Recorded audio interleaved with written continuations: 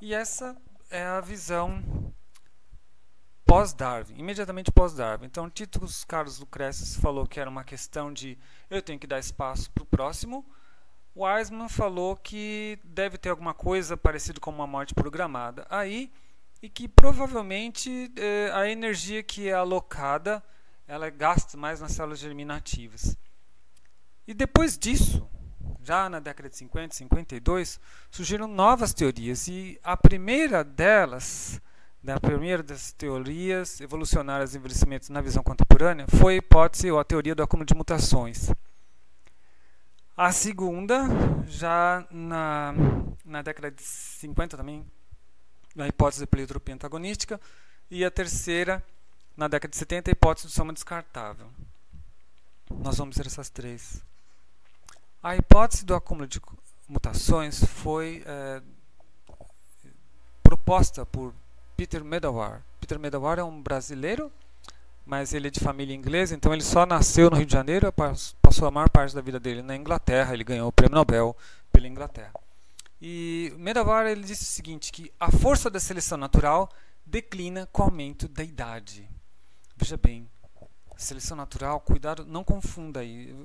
A seleção natural pode ser várias coisas. Pode ser, claro, o leão que está ali, que pode selecionar você, ou o indivíduo que está na vizinhança do leão, ou pode ser também os mecanismos que sua célula possui para cuidar das células somáticas, as células não reprodutivas. Ele diz que esse mecanismo declina com o aumento da idade. Olha aí. O que essa figura sugere é que essa força da seleção, essa força pró-sobrevivência que vai manter o organismo saudável, ela é muito forte até os 20 anos de idade e depois ela decai exponencialmente. Então, chegando a um valor mínimo perto dos 80 anos e você tem 50% disso na casa perto dos 40 anos, 37, 40 anos.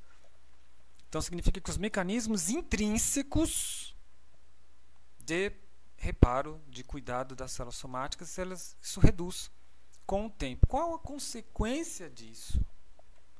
Se a força da seleção natural decai com a idade, você vai ter o surgimento de mutações, então, em alguns genes. Então, esses genes que eram benéficos na fase inicial da vida, eles são favorecidos pela seleção natural, vão fazer o indivíduo ter vigor, mas isso não vai ocorrer com os genes benéficos na fase tardia, porque eles sofreram mutações devido ao declínio da maquinaria de reparo. Então, como não há mecanismos para eliminar da população as mutações, essas mutações que causam efeitos deletérios nos animais mais velhos, isso acaba sendo transmitido. Então, o indivíduo ele está com, vou retornar aqui, ele está com a força de seleção natural dele muito boa. Aí ele tem um filho aqui.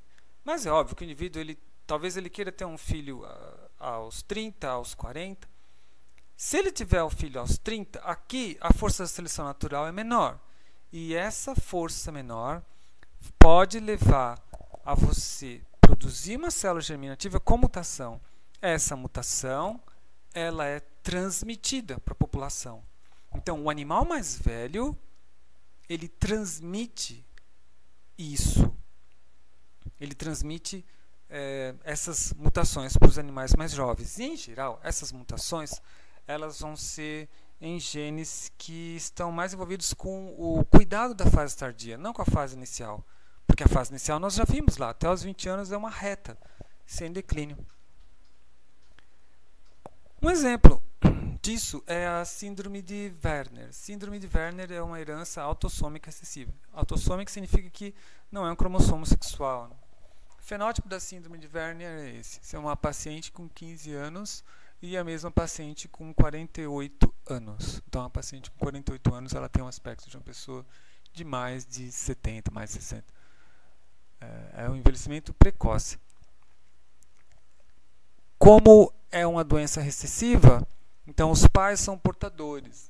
Então, aqui você tem o pai R maiúsculo, R minúsculo, o Rzão, Rzinho, e quando você cruza, você vê que há 25% de chance de nascer uma pessoa assim se os dois pais são heterozigotos para o gene R.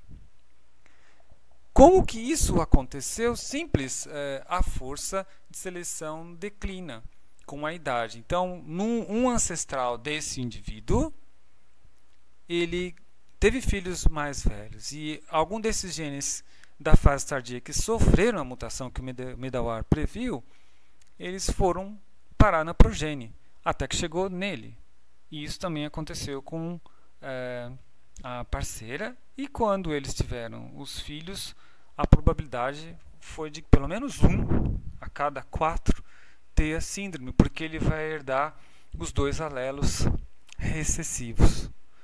Então, o que isso conta em termos de teoria evolucionária do envelhecimento é que, ao longo da evolução, os indivíduos eles foram acumulando essas mutações, e essas mutações foram tornando a vida dos indivíduos mais velhos ruim, porque não poderia ocorrer a mutação dos genes da fase inicial, que são os importantes para a reprodução. Então, depois que você já cumpriu o seu papel, não é necessário mais, a própria natureza achou melhor não cuidar disso. Tá, outras razões para isso, né? A gente tem que debater isso ao longo de mais aulas.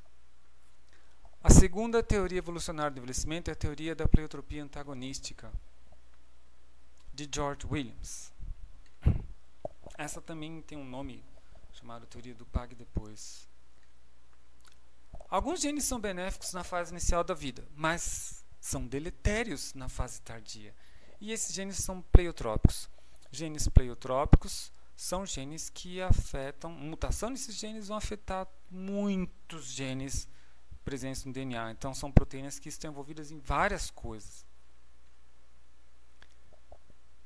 Williams disse: a seleção natural frequentemente maximizará o vigor na juventude às custas do vigor na fase adulta, produzindo um declínio do vigor, o envelhecimento, na fase tardia da vida. Então, olha que bonito isso. O Medawar, ele falou que as mutações acumulam, mas ele não disse exatamente como, mas aqui o Williams deixou bem mais claro. Os genes voltados para o vigor na juventude, eles não vão acumular mutação, mas os genes voltados para a manutenção da fase adulta, sem dúvida, eles vão ser sujeitos a essa mutação, e isso vai causar o declínio do vigor. Bom, vou dar um exemplo típico da teoria pleiotropia antagonística de George Williams. É o exemplo da cauda do pavão. Na juventude, o pavão é muito ágil.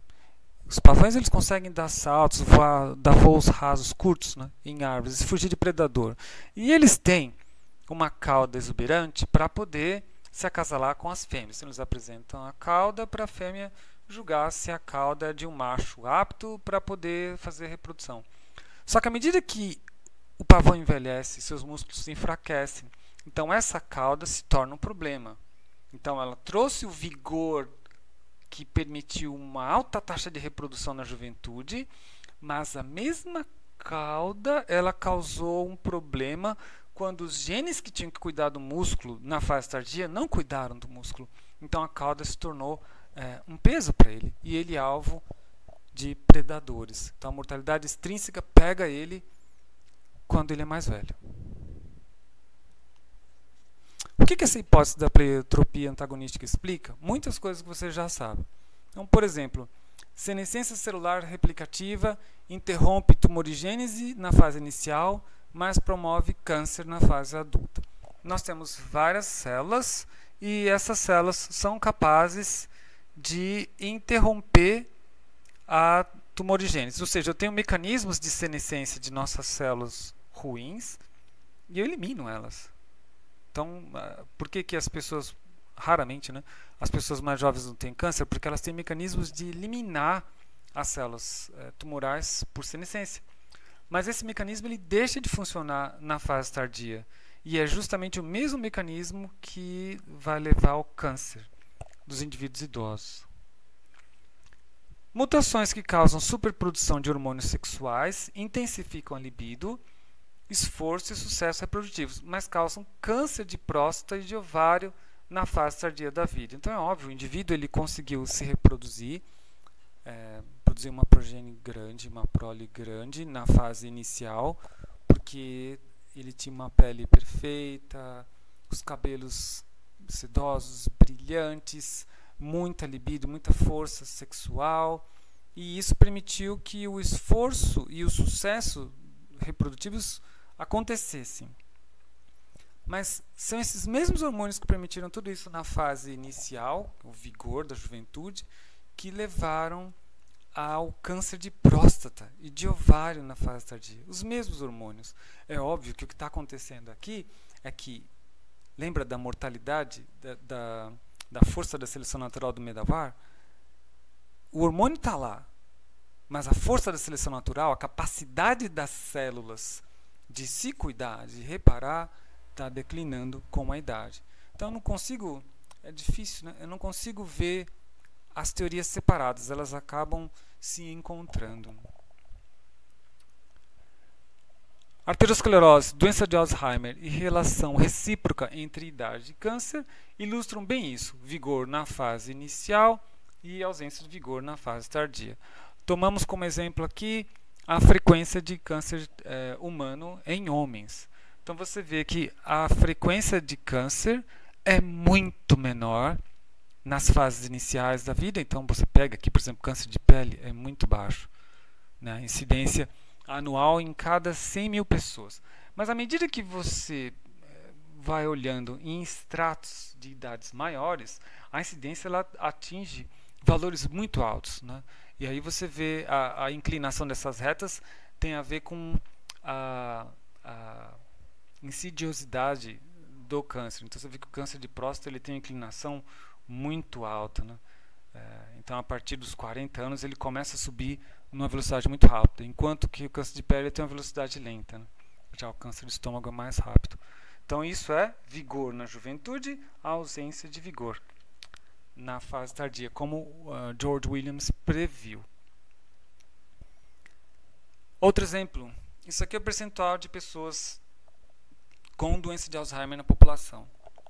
E o que você vê, dado esses estratos etários, né, que de 30 a 59 anos é baixo, 60 a 69 anos também, 70 a 79 anos você já tem uma frequência percentual grande, 2% da população.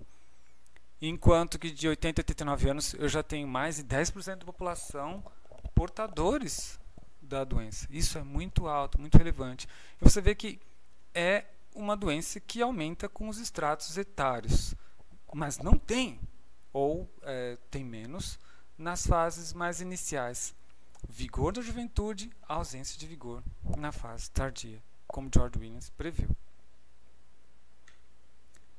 A terceira teoria evolucionária do envelhecimento é a teoria do soma descartável de Thomas Kirkwood. A gente fala teoria ou hipótese.